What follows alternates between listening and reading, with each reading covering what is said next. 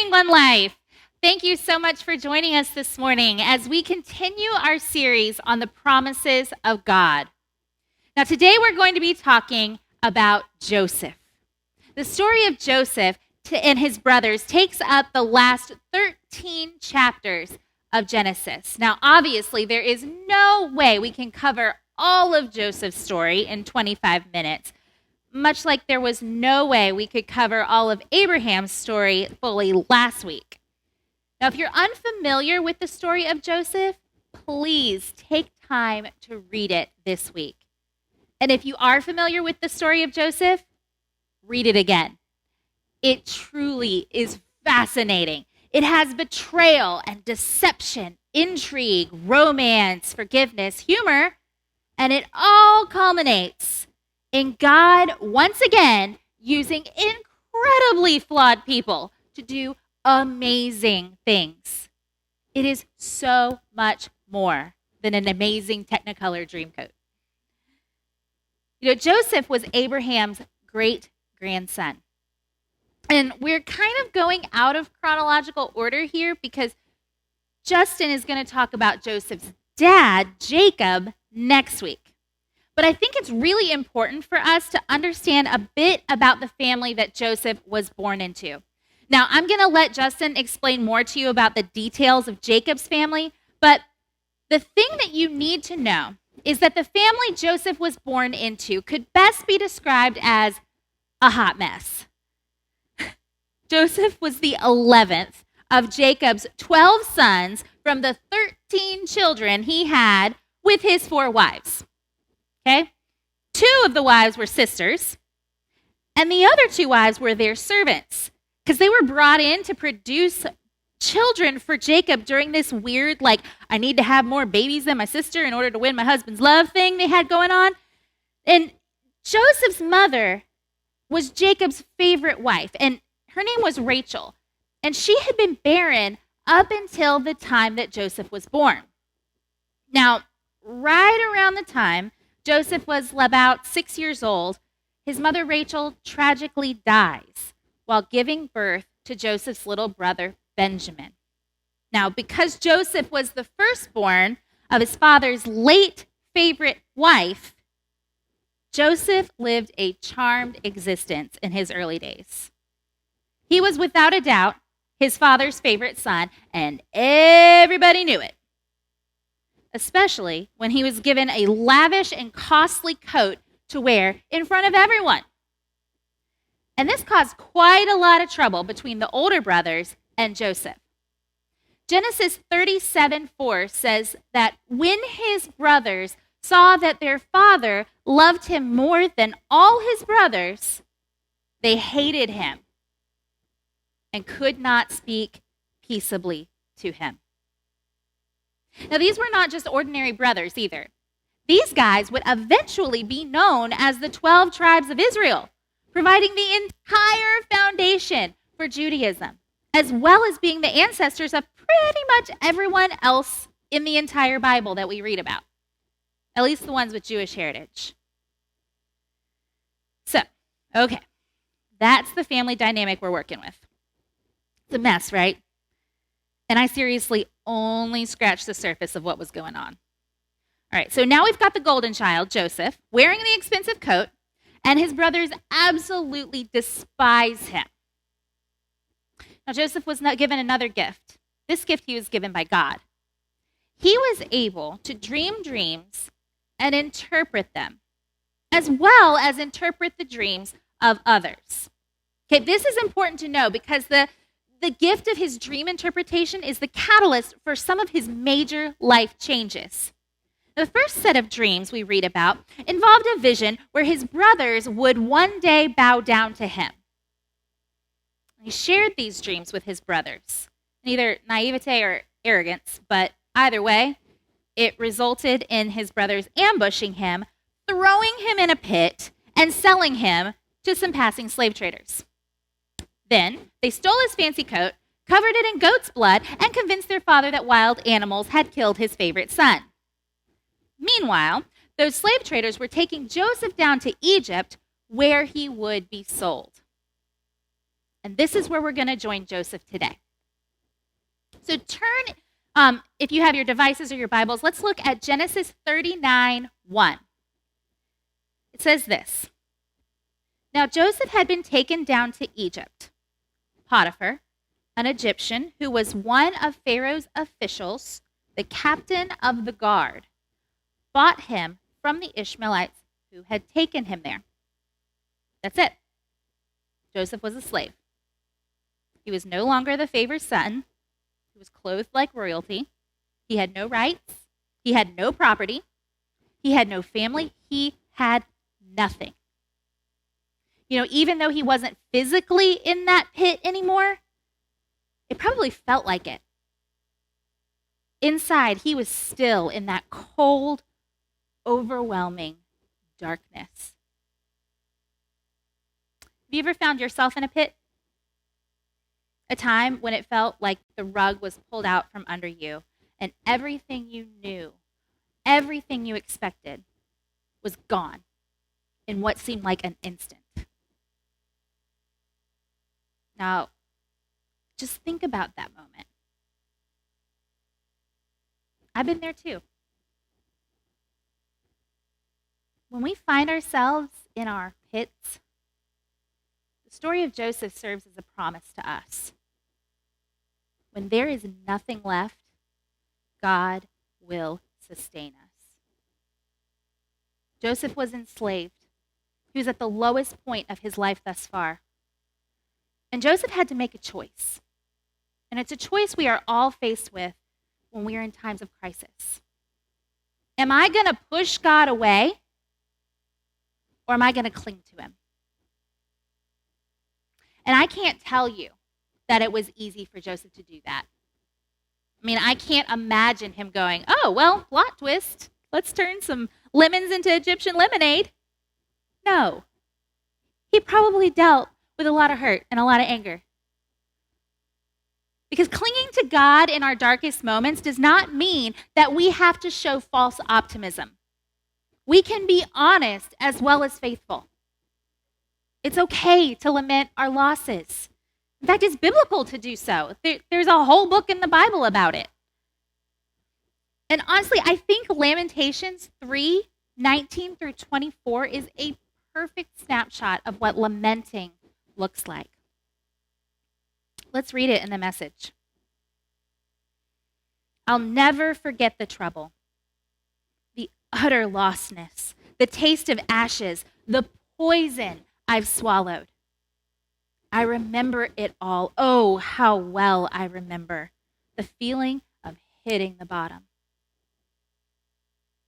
But there's one other thing I remember. And remembering, I keep a grip on hope. God's loyal love couldn't have run out. His merciful love couldn't have dried up. They're created new every morning. How great is your faithfulness?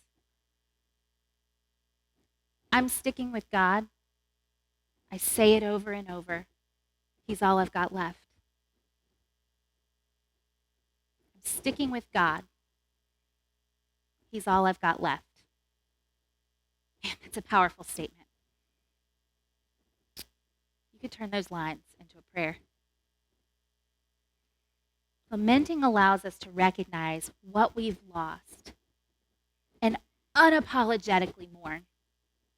But then hand it all over to God and say, your love and your promises sustain me.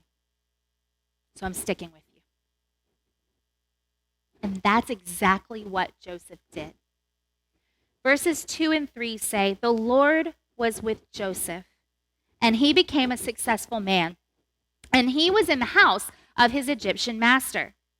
His master saw that the Lord was with him, and that the Lord caused all he did to succeed in his hands. God did sustain Joseph.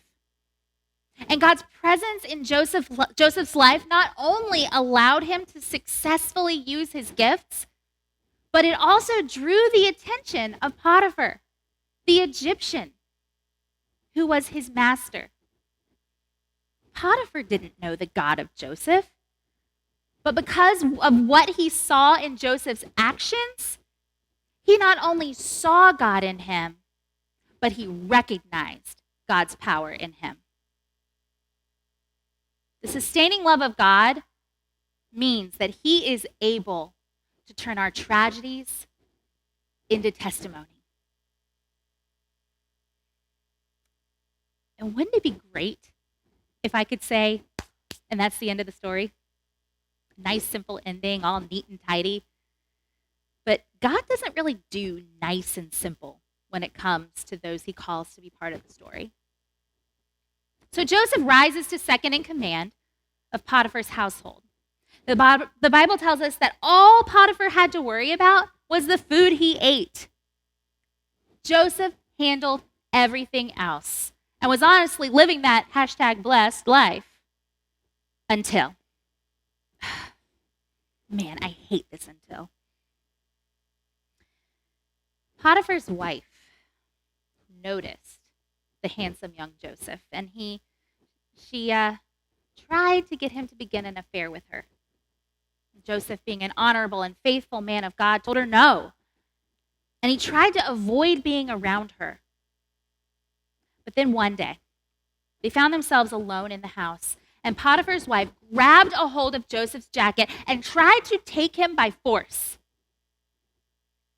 Joseph does the exact right thing. He slips out of his jacket and runs. Now, humiliated, Potiphar's wife starts screaming. Tells everyone it was Joseph who tried to take advantage of her. She had the jacket in her hand and he was running away. And what do you think the usual penalty was for a slave who tried to seduce his master's wife? Yeah, they usually didn't live long after that. But Potiphar didn't have Joseph killed. Most commentators think that Potiphar knew the character of his wife and he knew the character of Joseph. But in order to save his reputation, Potiphar knowingly commits a grave injustice against the obviously innocent Joseph. Genesis 39:20 says, "And Joseph's master took him and put him in the prison, the place where the king's prisoners were confined, and he was there in prison." Psalm 105:18 gives even more detail. It says, "They bruised his feet with shackles. His neck was put in irons." And now we have Joseph, completely innocent, bound and shackled and thrown into a dark, damp, cold prison where he will spend years. And we see that Joseph responds to this trial in the same way he responded before. Genesis 39:21-23 says, "But the Lord was with Joseph and showed him steadfast love. He gave him favor in the sight of the chief jailer. And the chief jailer committed to Joseph's care all the prisoners who were in the prison. And whatever was done there, he was the one who did it. The chief jailer paid no heed to anything that was in Joseph's care because the Lord was with him. And whatever he did, the Lord made it prosper." Man, I cannot imagine being Joseph right then. He's in prison for a crime he didn't commit.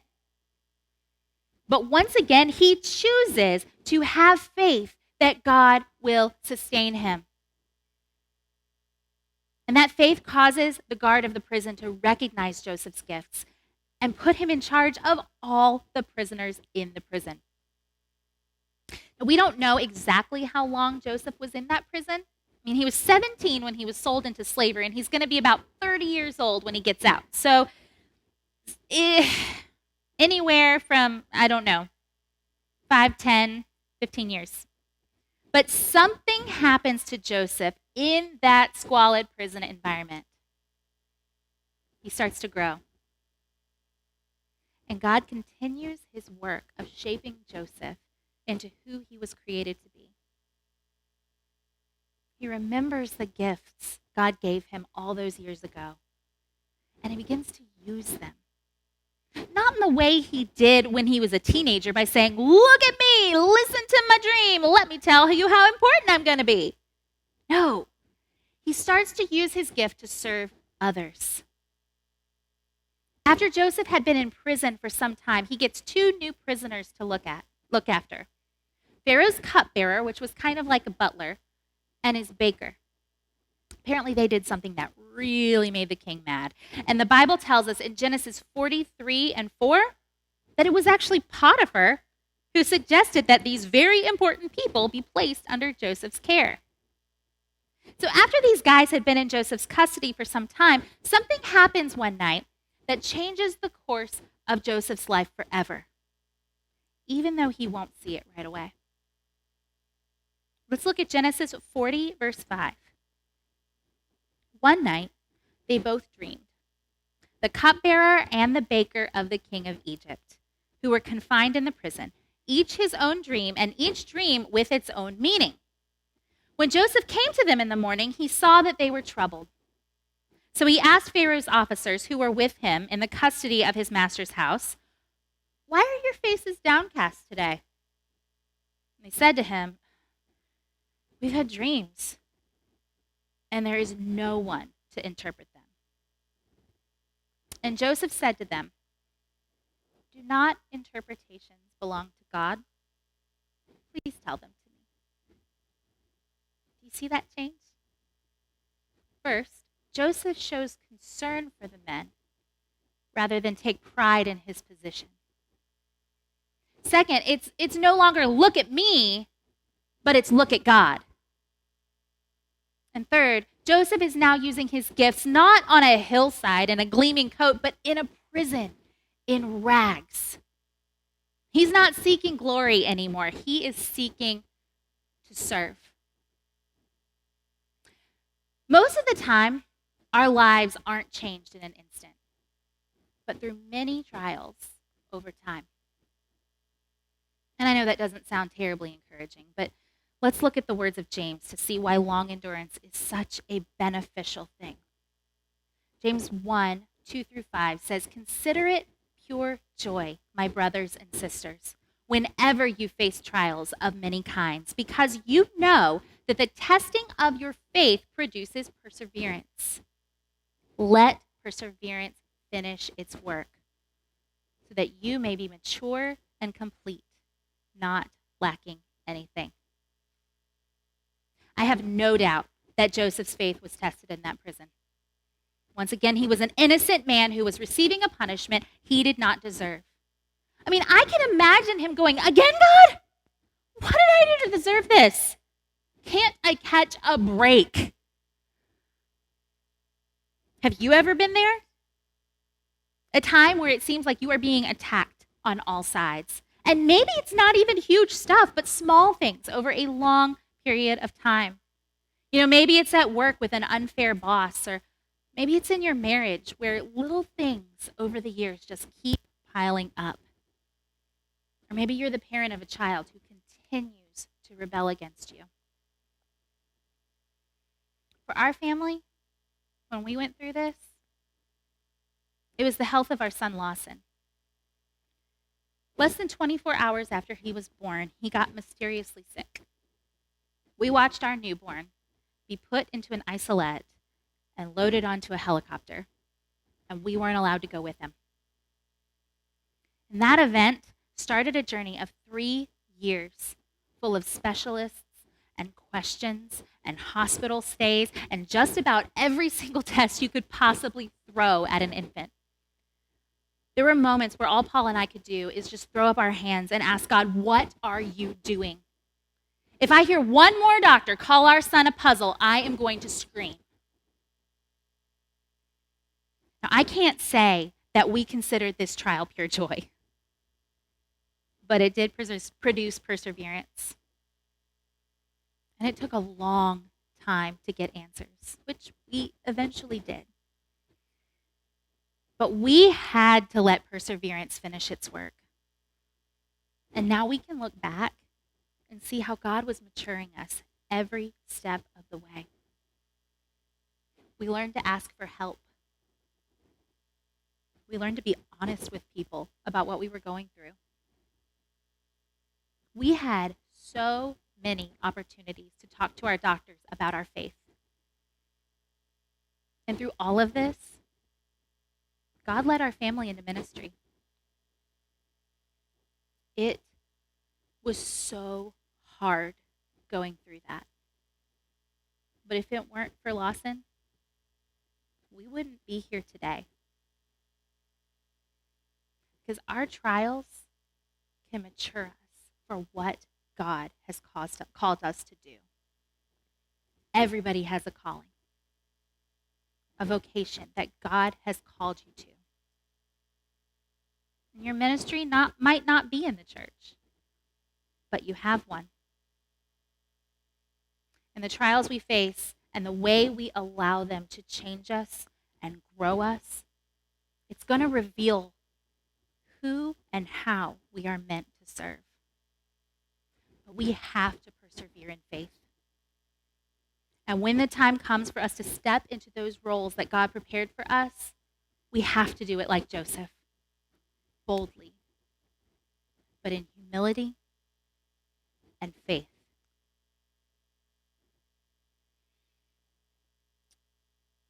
So let's see what happens. Let's try to wrap up Joseph's story. So he interprets the dreams of Pharaoh's servants, and they come true. The baker is killed, like Joseph said he would be, and the cupbearer is restored to his position, just like Joseph said.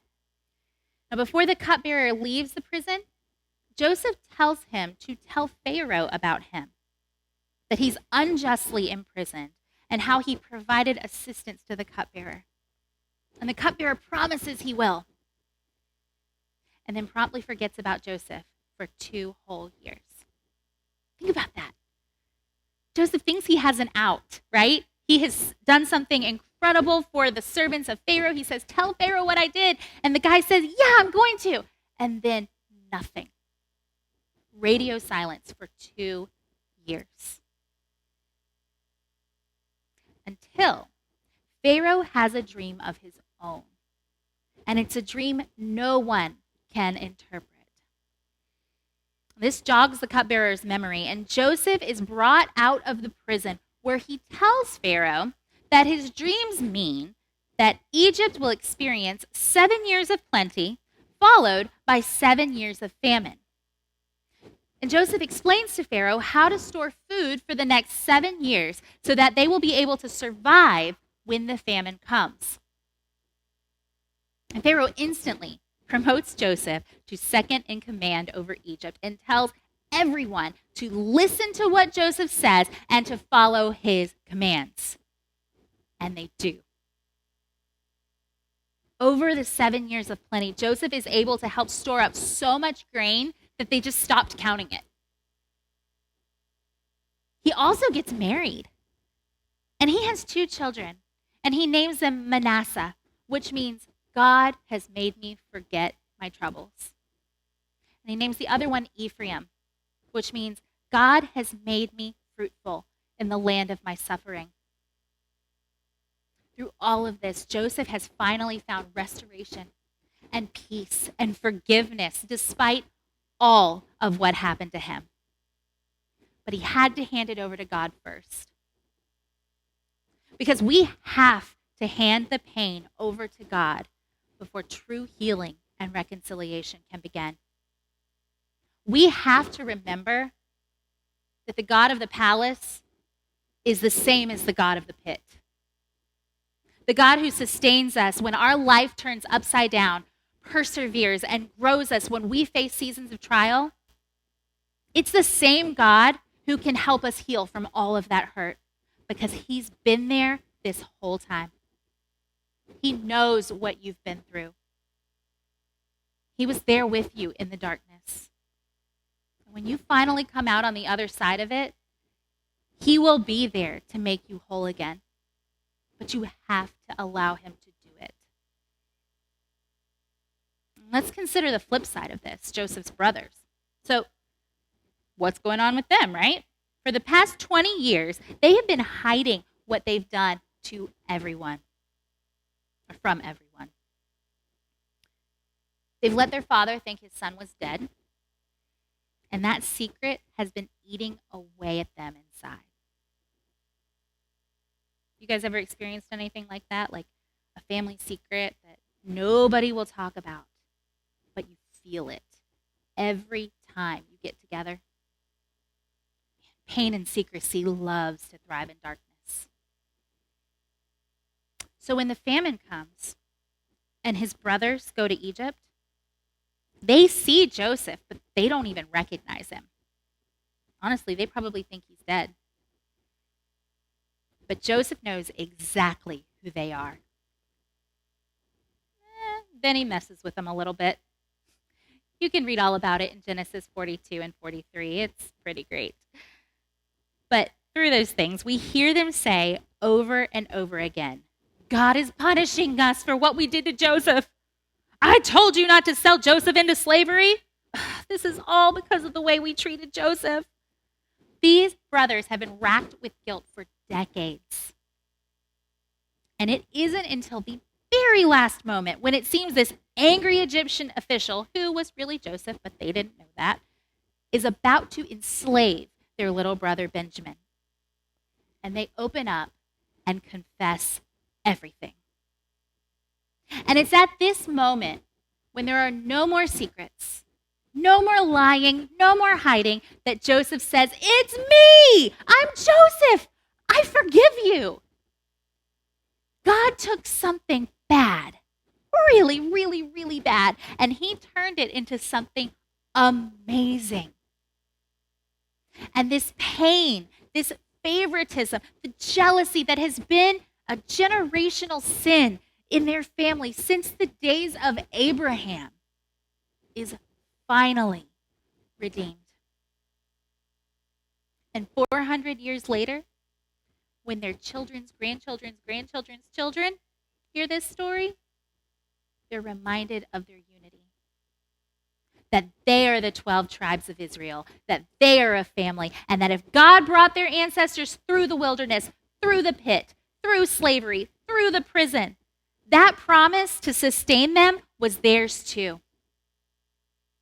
And just like we learned a few weeks ago, God's promises are for all of his children, including us. God promises to sustain us when everything goes wrong. God promises to use our trials to shape us and mature our faith into what we are called to be. And God promises to bring about restoration and healing from all the hurts and the doubts and the secrecy if we just give it to him.